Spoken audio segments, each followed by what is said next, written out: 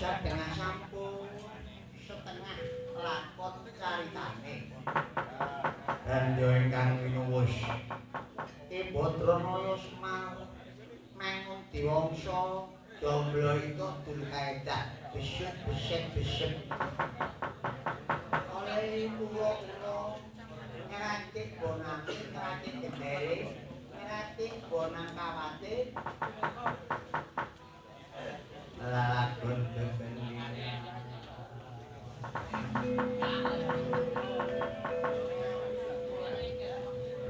yen lewat aku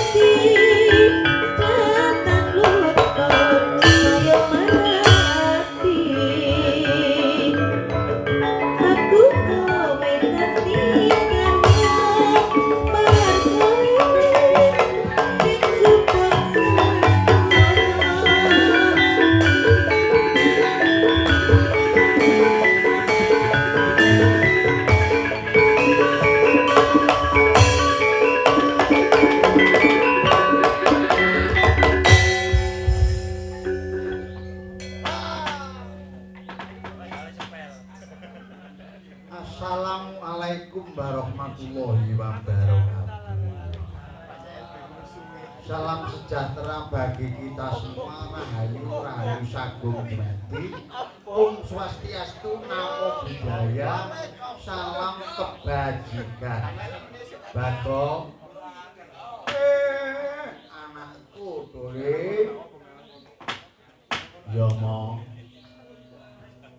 adikku mongko kaibo-ibo mong. Ya nak. Awit dina samengko iki tinimbalan marang sedulur-sedulur kang ana Jatisari khusus ing desa Mergosari lah ngono. Oh iya. Duwene hajat apa iki? Iki hajating ruwah desa. Maksude ruwah desa iku apa? Ngene ya. Wiwit ari kalenggan niki niate ruwah desa ruwah arwah. Ruwah arwah. Ruwat arwah. Maksude Cung kudu ngawur kuwi biyen ana Mergosari. Jatisari kene biyen ya ora ujug-ujug banjur dadi desa. Ora ujug-ujug dadi papan rame. Papan isih. Gung lewang-lewong isih alas gled-gledekan. Lah isane rame kaya ngene ana sing yasa, sing gedhe jasane babat alas nganti dadi desa rame kene iki.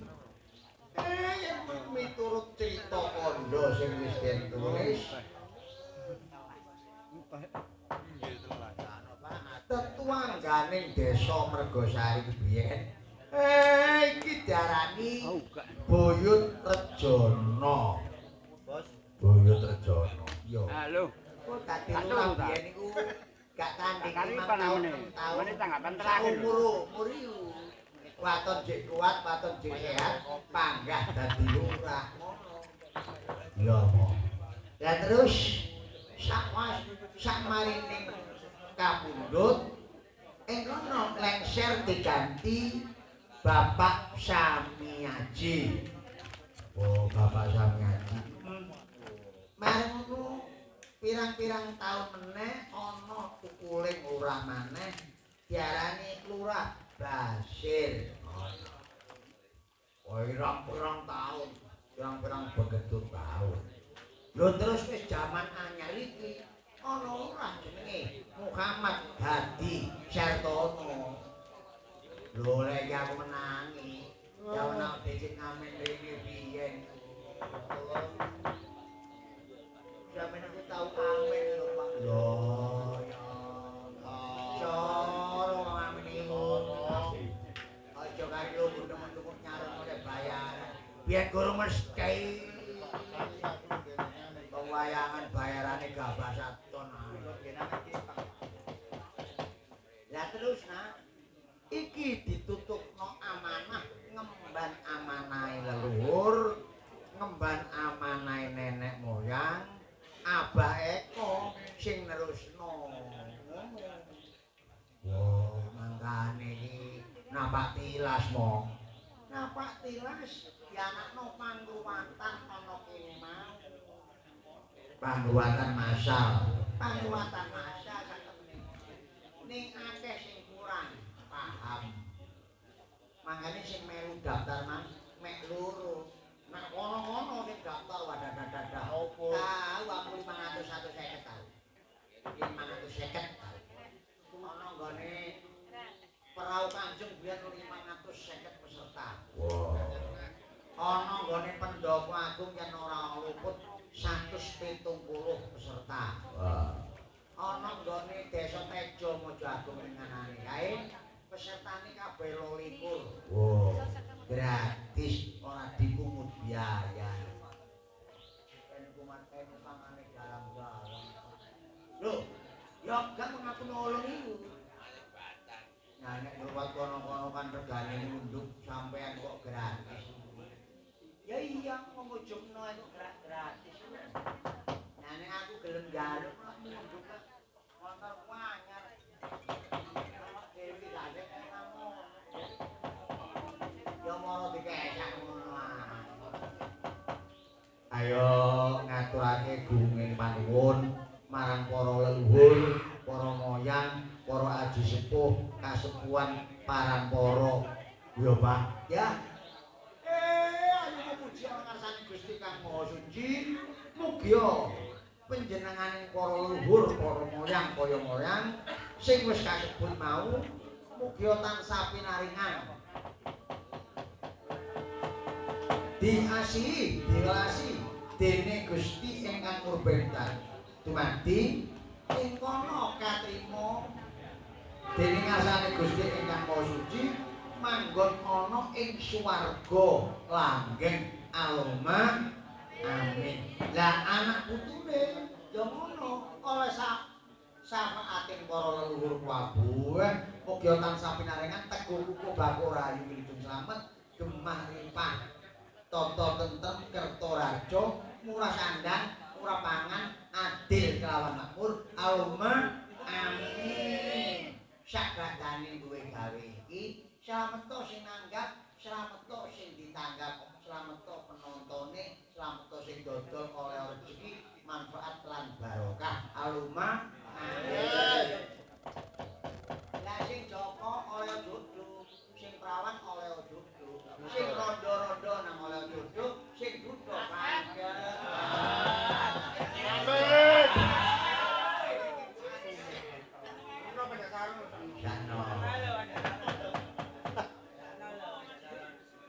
Amin. Ngaturake gunging panuwun ya Bang. Ya sing sapa lho? Nyanggone Bapak Mudin waduh. Seksi sibuk e. Leren belas. Ya ngaturake gunging panuwun. Iki ana waranggana primadona ya. Oh ya pancen ngono.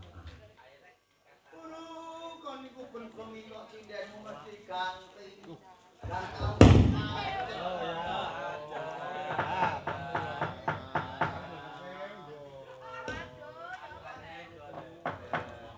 Liang-liange padha sinden pancet, ayo kok wah, awak dhewe iki dalang nuruti penggemar. Penggemar ati SMS. Padahal dene kok jahat meneh. Kok BC ngomong. Padahal sing den loran kula iki kok jahat meneh. Ngono bab ya SMS padahal. Retno kok jahat meneh wis kate. Dadi menawa tidak bisa tetap. Tapi nek gak melok bumi iki ya aja ngersula. Bukan karena aku tidak menginginkan. Tapi para miyarsa sing menghendaki kamu ada berada di sini. Ya. Mbok semuru-semuru wae sinden kowe. Nek sing ngene campur nyeles semua. Masih gak bayari gak apa-apa. Atine aja aja sing disalon-salon. Tapi sing gampang. Kuas nang ini saya tapi bermasalah. Latine gimana? Gua nang apa-apa. Pinantu ing Karaca sugeng enjang. Anakku sing pinggir keblek. Sugeng enjang Kahayu. Nggih, sugeng enjang Kakang. Asma kusumaning sinten nggih? Dipun terangaken nami kula Dwi Retno. Dwi menika wilangan kalih, Retno menika Sekar Kusuma. Dadi panjenengan anak nomor kali nomor 3. Kedua. Anak kedua. Duwe Mbak Yu napa duwe adik? Mbak Yu. Sampun kromo. Sampun. Ya, sampe dereng. Dereng. Alhamdulillah. Dulur. Dereng. Dulur. Nomere rekeninge Retno. 6248010106537 Dwi. Karo. Jono. Mereka sampo.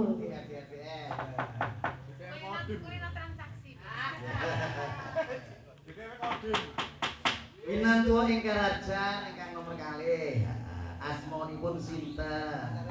Dia tepangaken kami kula Dewi Rianti. Dewi Rianti. Tasik Lega. Nggih. Tasik wonten pawiyatan. Nggih. Sekolah kelas pinten? Tunggal. Hah? Kelas setunggal nggih. Udah? Ya. Boleh. Ya, boleh. Soale dhek kan apa sing dadi ngarepe salon jenenge apa? Produser. Produser iku sing cilik dawa-dawa ya diuli cak ngadu. Daster. Daster iku sing digawe mek sak kene iku lho. Dancer. Gangster iku arek sing nyeret gelati dumbur polisi iku lho.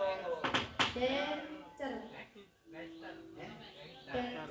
Gangster iku sing ngentuki mangan wong loro-loro rumah sakit iku lho. Ya sing kula. Iku suster. Iki lambe Korea. Ya jajak sepelan kobongan.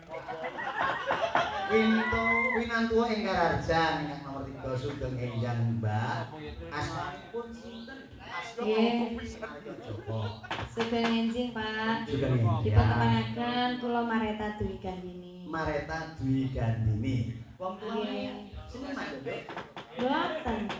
Ibumu seniman. Boten. Mungkin mbahmu seniman. Boten. Lah, terus kok nek awan kok nambal ban karo nyuci sepeda motor terus bengi dan itu nurun sapa sak temene. Nurun jenengan. Iya. Ya, Winantua ingkang raja Mbak sing saking Balong Dawah iki. Asmanipun Nggih kula paring asma Widya Rizka.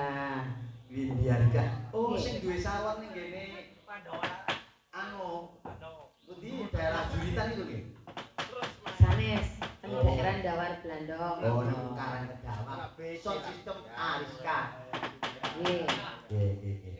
Jenengan derek kula ketingale cocok napa agak ragu. Jane nggih terpaksa, tapi nggih keadaan boten napa-napa. Maksudnya terpaksa dengan keadaan. Terpaksa mboten enten lintune nggih budal. Wah, kok ngerti lek kene bayarane murah melok ae kan. Nggih sing penting lumintu. Belum itu. Iya, iya. Matur nuwun. Matur nuwun. Wilujeng enjang anakku sing jejer sound system. Injih, Sugeng Enjang. Tepangaken nami kula Anis. Anis. Nggih, Anis tok. Oh, niki asmane Mbak Anis Injih. Tati Atmojo. Dadi mengkarismatik ibunya Mbak Tati. Semoga iso kesempatan kaya ibumu yo. Injih, amin. Dadi waranggono sing blater tur pinter. Amin. Semangat semeh. Injih. Sing pinggir gedep pinggir salon ngarepe ya. Awas dicokot Bathara Kala. Asmanipun sinten? Inggih, tepangaken nami kula Neng Rutin. Ning rutin. Inggih. Oh, rutin ku bahasa apa? Rutin. Aktif. Istiqomah. Aktif. Sampun. Nggih, matur nuwun. Sampun dipun tepangaken sedaya. Waktune pesona dalam melodi. Anakku Retno, anakku Dewi. Nah, aku nyuwun andang gawemu dina iki. Sing wis kula kulino melu ludruk krida budaya. Ayo, tandake kebisanmu. Inilah tampilan arek-arek artis ludruk krida budaya Sekarsari Surabaya.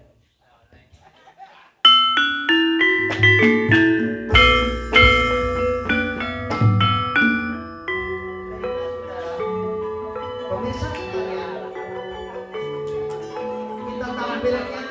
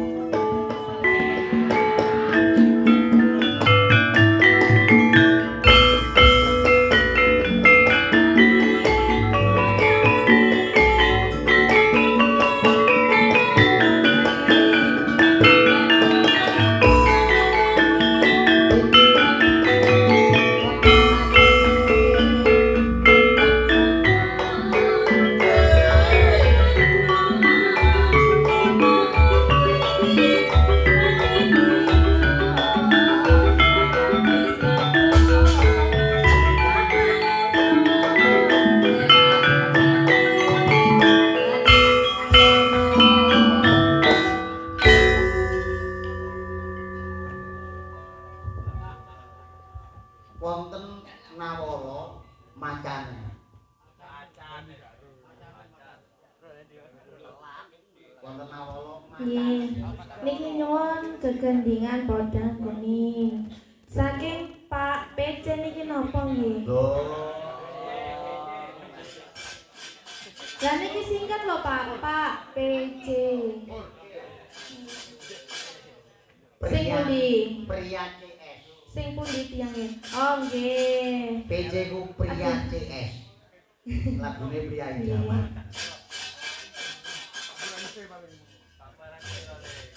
Podang kuning nggih. Nggih. Nggih. Aturake gunging panuwun penggemar saking Mojosari Mas PC.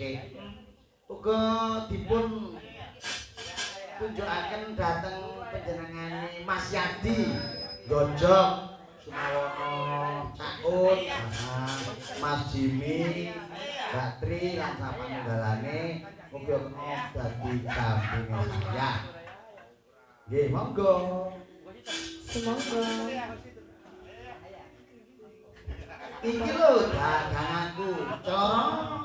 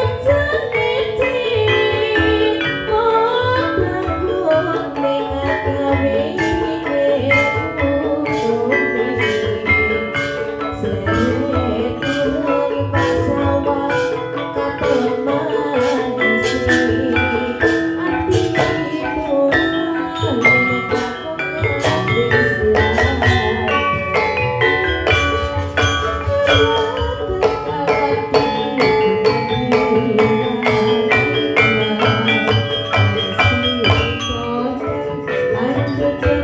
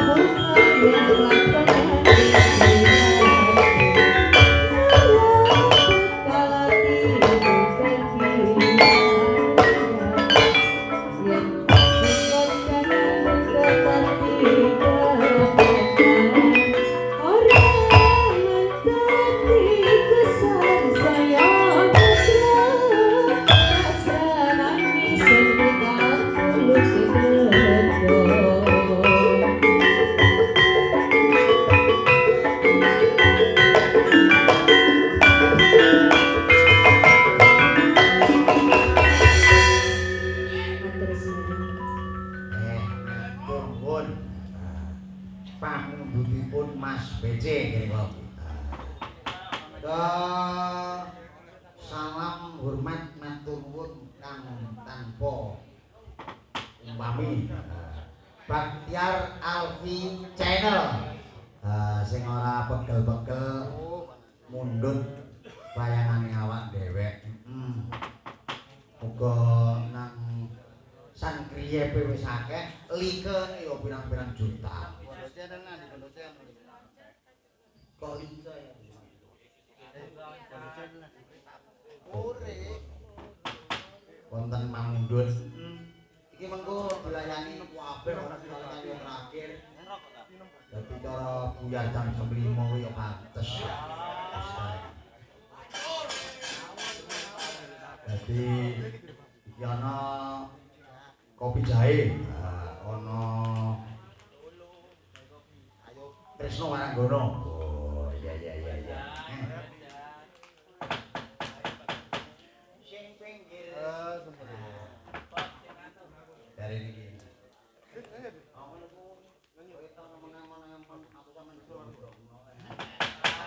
Mari saiki ora tak pengen jangan stres lu buahe. Lagi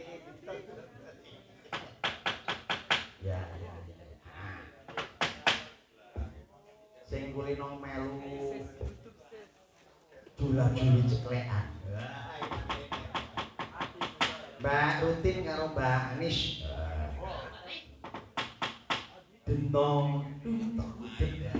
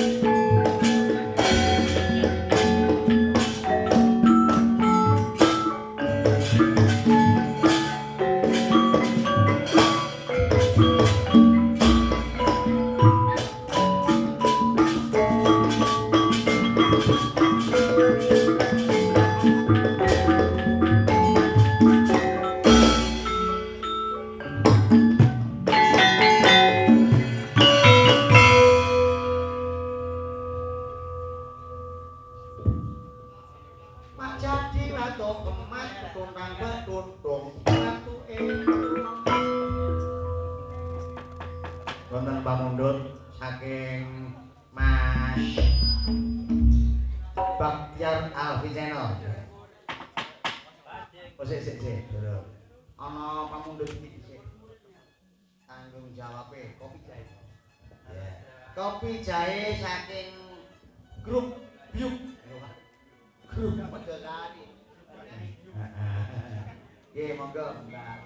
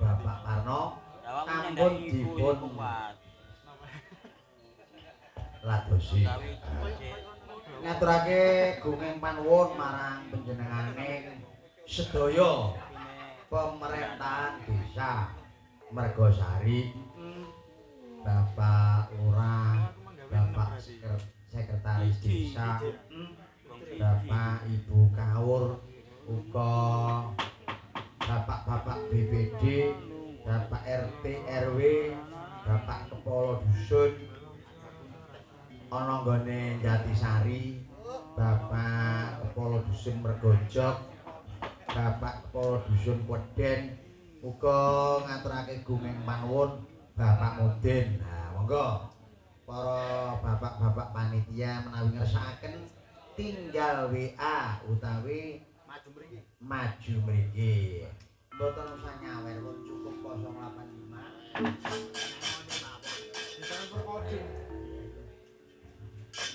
Ini itu kepetongane niku sponsor lewat. Dindek ngakunya Kodim. Nggih Pak Mudin monggo. Mudin Mas. Hiburan Den. Loh, ya. Kandan.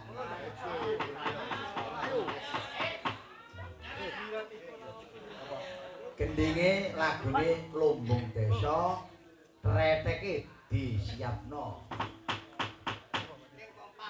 Nembung oji.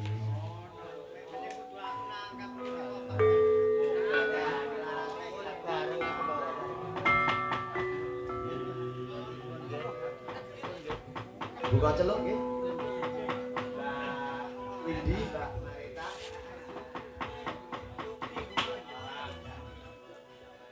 Nggih. Buka utawi buka celuk. Monggo.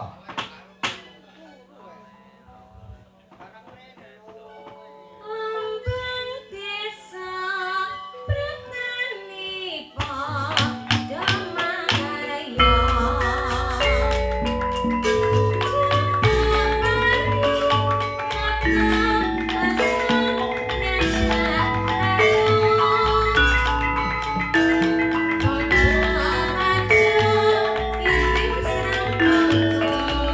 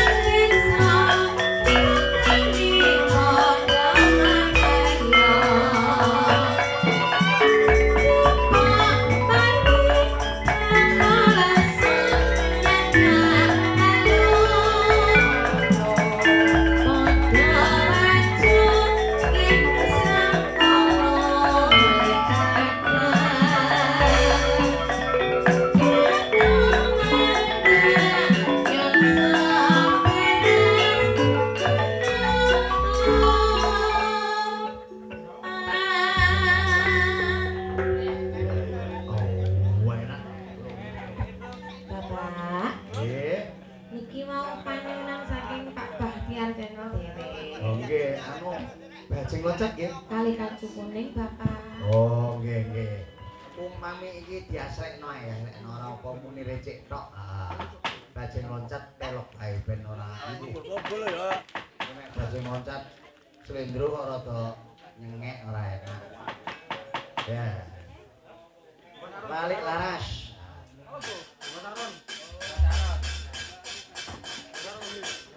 Matur nuwun Mas Yadi Gojok. Dulure kok boten di SMS iki, Mas. Lebu sore ngono ta.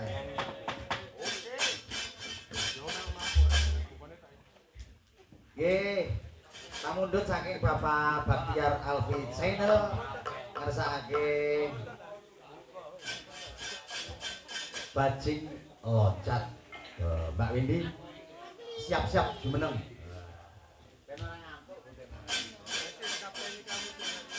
Apa karo Mbak? Sekalian kali Mbak Mareta kacune. Sakjane ora ati ngongkon kok. Kula request Bapak. Request. Nggih, kula sing request monggo Mbak Mareta kopine disalat riyin. Padha-padha budal subuhe kok ayo. Saya. Nggih, Pak, nggih sing tasik ngungon mboten usah mantuk nggih. Ngantos niki di bar wayang make derek rencangi niki lho jebol ketebok. Ketik meneh yo. Nggih, nggih no Pak, kantong sakniki tok kok. Mangke mantuke sareng kali kula nggih. Nggih.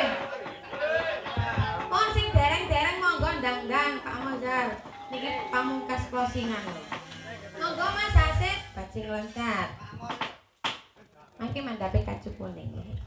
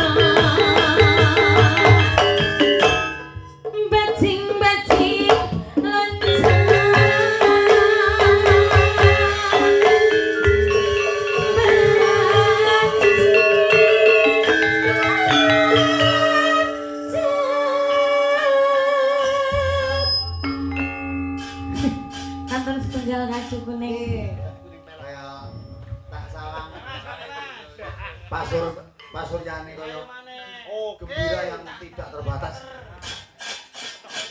Terus pune Mbak Endi kirangan.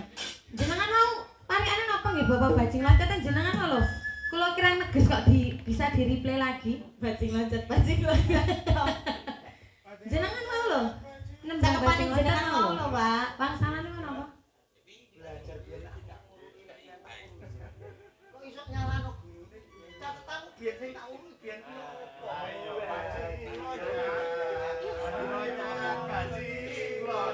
Oh, ngoten nggih.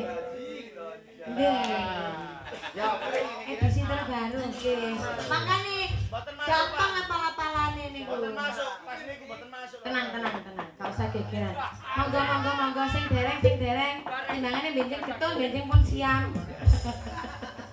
Niki wonten setunggal nggih Pak Baktian nggih kacu kuning.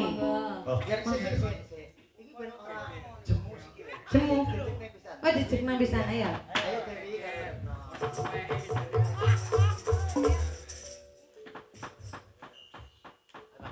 Perasaan aku ngeboki dhewe soalnya paling cilik dhewe.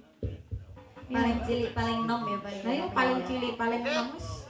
Padahal aku lek bajing loncat iki ngrepek. Ngrepek aku. Pripun to Pak? Bajing loncat. Bajing loncat. Ini apa, Cak? Apa ya ini? Aku tidak salah. Romos. Sebentar, Mas Adang. Apa ada yang mengganggu penglihatan jenengan? Oh tidak.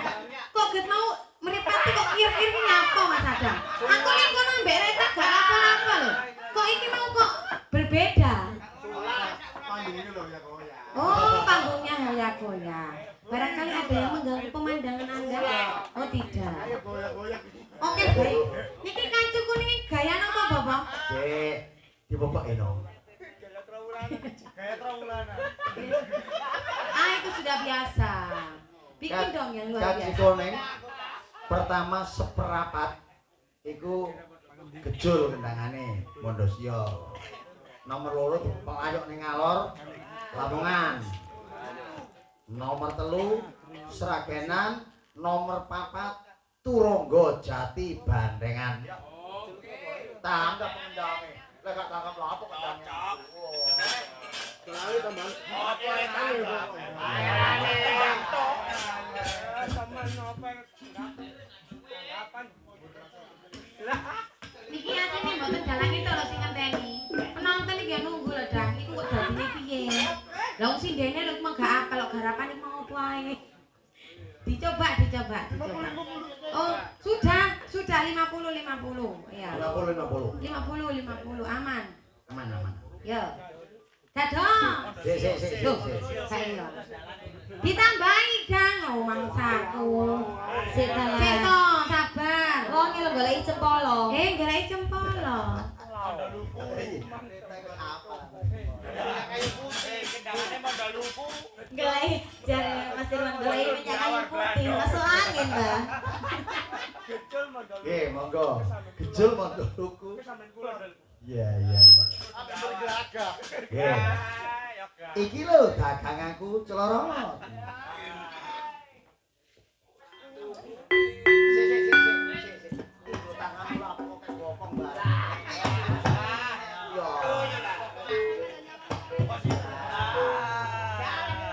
Ayo ya.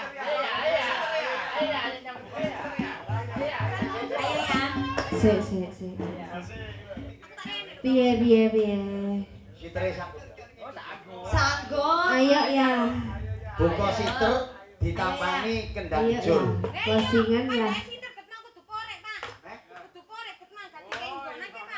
Iya. Podang kuning buka siter ditampani kendang jul ya. Ayo ya.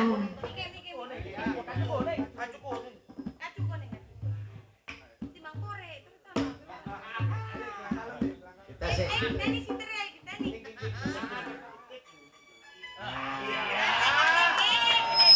Masuk, Bos. Tapi parikan aku milih mesti jane parikan 6 0 Ini aku ngopen senengane cendil iki ya. Ayo.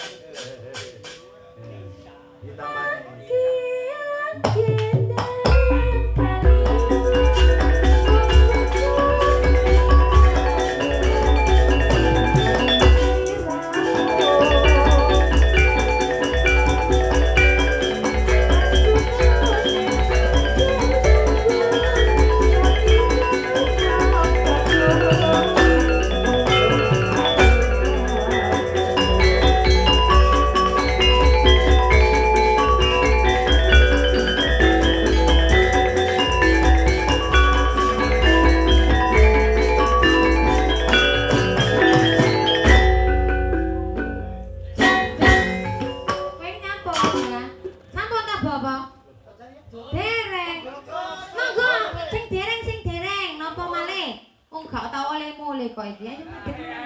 Iki lho Pak iku kudu nyawer. SMS. Pak Seno, wayange angsal kok buyar jam 5. Loh. Nggih Pak Lurah, boten napa-napa. Lah, kula lak mendak wong kula ndugi mriki wingi jam gangsal subuh. Lah nggih. Pripun jenengan sios napa mboten, Bapak? Niki kula taren lho, nek mboten kula lenggah. Pripun? Pak Gendrong wajar mboten? Ipun matur suwun. Monggo Bapak. Kali sing berhubung besok iku lah awak dhewe mulai traweh. Dadi gendinge ku yo wene ana kepiring cok, longgo jajan sing apik, nembang sing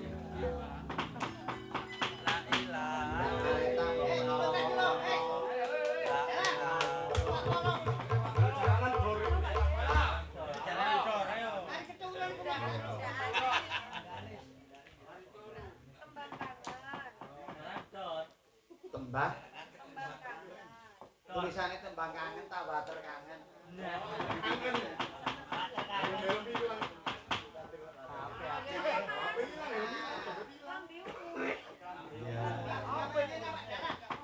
Mbak Anis karo Mbak Istiqomah Mbak Rutin tembang kangen iya lambene kan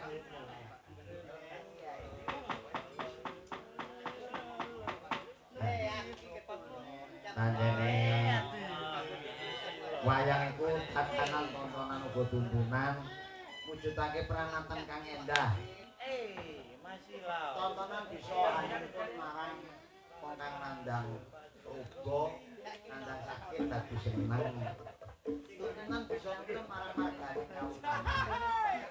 Iki lho daganganku tembang kangen celana.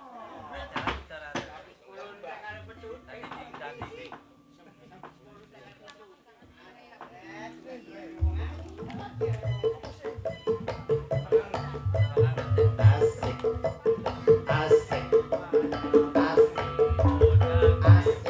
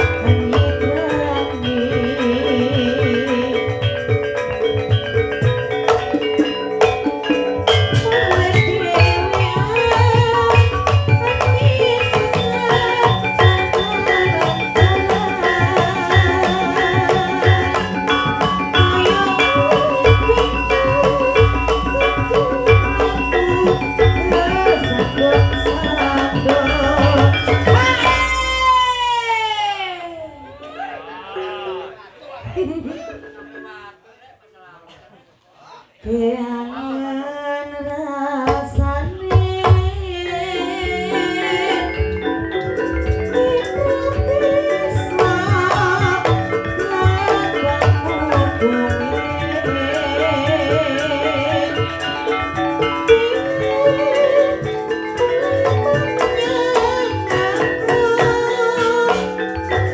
kita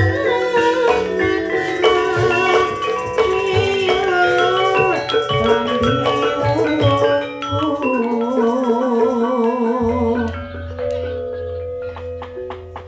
jroning suka kudu tansah eling kelawan Waspada. Tugas awak dhewe goleki ndaramu Werkudara.